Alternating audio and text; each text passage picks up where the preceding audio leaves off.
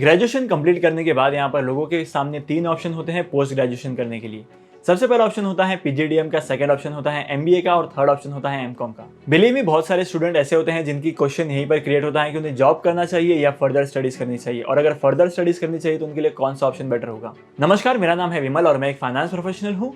आज की वीडियो उन लोगों के लिए काफी ज्यादा इंपॉर्टेंट है जो इस बात से कंफ्यूज है कि उन्हें एमकॉम करना है या एमबीए करना है या पीजीडीएम करना है या इनको जॉब करना है। क्योंकि आज की इस वीडियो में मैं आपको तीनों के डिफरेंस के बारे में बताऊंगा और इसके साथ साथ ये भी बताऊंगा कि अगर आप जॉब करके करना चाहते हैं तो आपको कौन सा ऑप्शन बेटर रहेगा। सबसे पहले मैं आपको ये क्लियर कर देता हूं कि एमबीए और एमकॉम में फर्क क्या होता है। यहाँ पर दोनों के बीच में सबसे बड़ा डिफरेंस है इनके सिलेबस का और इनके स्टडी करने के पैटर्न का। अगर मैं एमकॉम की बात करूँ तो इनका एमकॉम का सिलेबस जो होता है वो काफी छोटा होता है और इसके साथ साथ यहाँ पर आपको प्रैक्टिकल नॉलेज नहीं मिलेगा। लेकिन इसके अपोजिट में एमबीए में हर चीज प्रैक्टिकली होती है, आप हर एक चीज को प्रैक्टिकली सीख सकते हैं। इसके साथ साथ एमबीए के कोर्सेज में काफी सारी चीजें होती है, काफी सारे स्पेशलाइजेशन होते हैं। आप एमबीए फाइनेंस में कर सकते हैं, मार्केटिंग में कर सकते हैं, ऑपरेशंस में कर सकते हैं और तो और आप एचआर में भी कर सकते हैं। इसके साथ साथ आजकल ग्लोबल एमबीए का ऑप्शन भी आ गया है जहां पर आपको किसी भी फील्ड में स्पेशलाइजेशन करने के लिए आप ऑनलाइन भी स्पेशलाइजेशन कर सकते हैं। इसका सेकंड की डिफरेंसेस है फीस के बारे में। अगर आप एमकॉम करते हैं तो आपकी फीस कम होगी और अगर आप एमबीए करते हैं किसी अच्छे रेप्यूटेड कॉलेज से करते हैं तो एमबीए की फीस ज्यादा होती है। इसके अलावा अगर आप एमबीए करना चाहते हैं किसी नॉर्मल कॉलेज से भी तो आपकी फीस जो है वो 2 लाख to 4 लाख के बीच में होगी।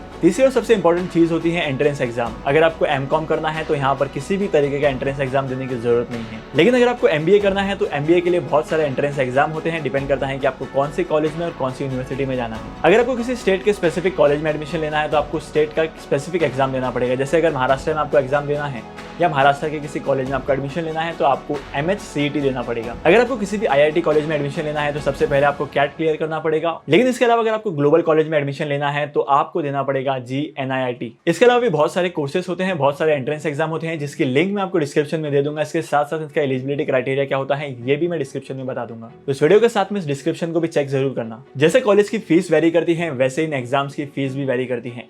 ये एग्जाम हो सकते हैं आपके 1800 से लेकर 5000 तक, 10000 तक। डिपेंड करता है कि आप कौन सा एग्जाम देते हैं और किस तरीके का एग्जाम देते हैं। बहुत सारे कोर्सेज ऐसे हैं जहां पर आपको इसकी एलिजिबिलिटी जो है, अगर आपने एग्जाम की फीस आज भरी है तो एग्जाम आप 3 साल तक दे सकते हैं। होप करता हूं कि अभी तक मैंने एमबीए और एमकॉम के बारे में जो कुछ भी मैंने आपको बताया है वो आपको समझ में आया होगा। ऐसा नहीं है कि एमकॉम में किसी तरीके की स्पेशलाइजेशन नहीं होती है, वो सिंपल होता है। एमकॉम में भी बहुत सारी स्पेशलाइजेशन होती है। आप कर सकते हैं अकाउंट्स में, आप कर सकते हैं मैनेजमेंट में, आप कर सकते हैं एचआर में। लेकिन आपको जिस तरीके का नॉलेज मिलता है वो एमबीए के लेवल में काफी कम होता है। इसके बाद यहाँ पर एमकॉम और एमबीए में भी काफी सारे ऑप्शंस होते हैं। आप कर सकते हैं फुल टाइम के लिए और आप पार्ट टाइम के लिए भी कर सकते हैं।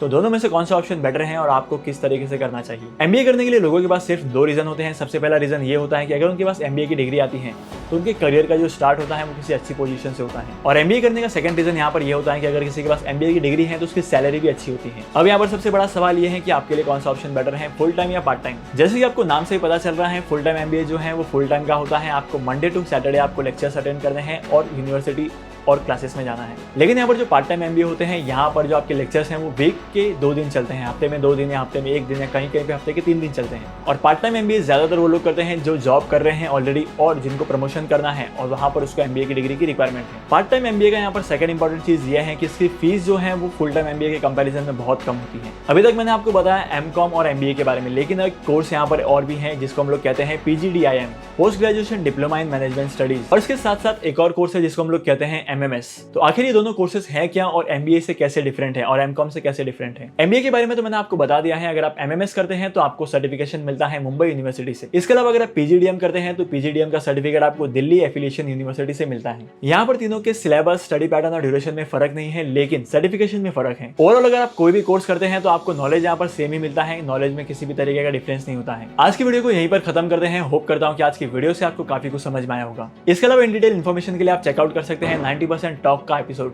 जहां पर हम लोगों ने एमबीए के बारे में इन डिटेल में डिस्कशन किया है और लिंक मैं आपको डिस्क्रिप्शन में दे दूंगा। इसके साथ साथ आप आई बटन पर क्लिक करके भी देख सकते हैं। अगर आप एमबीए एमकॉम कर रहे हैं या इन दोनों को परस्यू करने वाले हैं तो आपके लिए बहुत सही टाइम है इन्वेस्टमेंट स्टार्ट करने का। आप लोग इन्वेस्टमेंट्स कर सकते हैं स्टॉक मार्केट में, शेयर्स में, म्यूचुअल फंड्स में, इसके साथ साथ गोल्ड में भी इन्वेस्टमेंट्स कर सकते हैं। इन ऑप्शंस में इन्वेस्टमेंट्स करना कैसे है इसके ऊपर मैंने डिटेल वीडियो बनाई है, तो आप चैनल पर चेकआउट कर सकते हैं। और शेयर मार्केट में इन्वेस्टमेंट्स करने के लिए आपके पास एक डीमैट अकाउंट होना चाहिए, और अगर आपके पास डीमैट अकाउंट नहीं है तो डीमैट अकाउंट ओपन करने के लिए लिंक मैंने डिस्क्रिप्शन में दिया है। तो आप डीमैट अकाउंट जो है वो फ्री ऑफ कॉस्ट ओपन कर सकते हैं और एमबीए करने के साथ साथ अपनी इन्वेस्टमेंट्स की जर्नी को स्टार्ट कर सकते हैं। अगर आपको आज का वीडियो अच्छा लगा है, आपने कुछ नया सीखा है, तो इस वीडियो को लाइक करना, शेयर करना, इसके साथ साथ अगर आप चैनल पर नए हो तो सबसे पहला काम आपको करना है चैनल को सब्सक्राइब। मैं आपको मिलूंगा अगली वीडियो में नए टॉपिक के साथ, एक इंटरेस्टिंग टॉपिक के साथ। तब तक के लिए signing off and happy investing and happy journey.